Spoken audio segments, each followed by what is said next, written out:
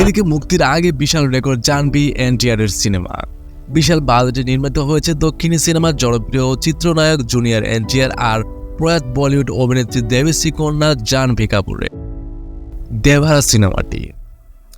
Devara part 1 ছবিটি মুক্তির এখনো কয়েকদিন বাকি। মুক্তির আগেই অবাক করার বিষয় হলো রেকর্ড গড়েছেন এই সিনেমাটি।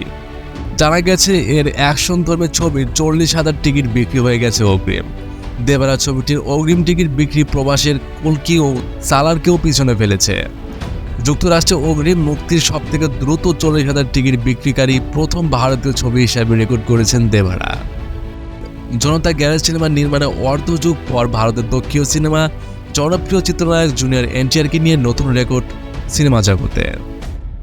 সিনেমাটি পরিচালনা করেছেন করাতলা শিবা। 300 কোটি বাজেটে এই সিনেমাটি নির্মিত হয়েছে। দেভারা সিনেমার জুনিয়র এনটিআরের বিপরীতে অভিনয় করবেন দেবশ্রী কন্যা জাহ্নবী কাপুর। এই সিনেমার মাধ্যমে তেলুগু ফিল্ম ইন্ডাস্ট্রি অভিষেক হতে যাচ্ছে তার। তাছাড়াও সিনেমাটির গুরুত্বপূর্ণ চরিত্রে অভিনয় করেছেন বলিউড অভিনেতা সাইফ আলী খান। উল্লেখযোগ্য জুনিয়র এনটিআর অভিনীত সর্বশেষ মুক্তিপ্রাপ্ত সিনেমা RRR 2022 সালে 25শে মার্চ মুক্তি পায় এটি। মুক্তির পর দর্শকদের ভালোবাসা যেমন কুড়িয়েছেন তেমনটি বক্স অফিসেও পিছিয়ে ফেলেছেন এটি। বক্স অফিস কাঁপিয়েছে এটি। তো বন্ধুরা, দেভারা সিনেমা নিয়ে আপনাদের কার কি মতামত অবশ্যই আমাদের কমেন্টে জানাবেন এবং ভিডিও ভালো লেগে থাকলে অবশ্যই একটি লাইক দিবেন এবং যারা এখন আমাদের চ্যানেল সাবস্ক্রাইব করেননি চ্যানেলটি অবশ্যই সাবস্ক্রাইব করবেন আর ভিডিওটি বেশি বেশি শেয়ার করবেন। ধন্যবাদ।